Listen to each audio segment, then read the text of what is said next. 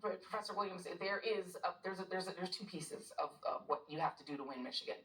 You need a robust vote among the Arab American community. It's about 100,000 people, but also the African American community. You're talking about you really need Detroit to come out, right? So let's talk about this. Howard University, you all did something through impact research, a poll that talked about what Black voters think. What did you find in terms of the feelings about President Biden and Donald Trump? We're looking at all Black voters, which is unique in and of itself. So it gives us the opportunity really to do an analysis at a really more intentional and complex level. So what we found, interestingly enough, was that the contemporary polls don't bear out exactly what we bear out in terms of like where the support is.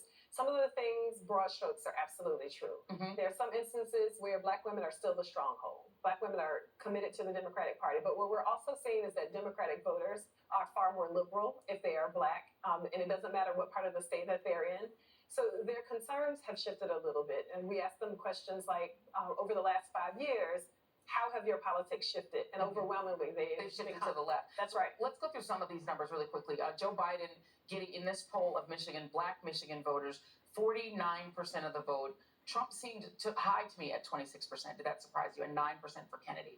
It did, but I think there are a number of reasons that we can begin to think about that. It's a little bit higher in Michigan than it was when we did the national poll, which will focus on Super Tuesday coming forward. But those numbers vary based on religious affiliation, based on the issues that they identify with.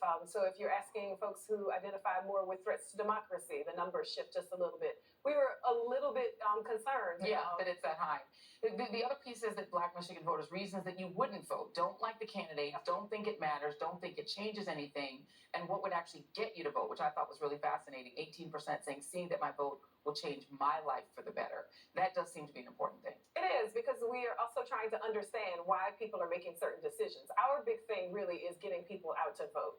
It's nonpartisan, so we really want to know what would make a difference and where are we failing with messaging, because part of what we want to be able to do at Howard and with this public opinion initiative very especially is to make sure that we know that our voices are being heard. And we've got last one, the concerns about Biden voters' age. It did show up. Yes. With Trump, it's morals, ethics, and his track record. Yeah, I think that's, an obvious one. We're all very endeared to our elders in every way, but the reality is people are concerned about the age.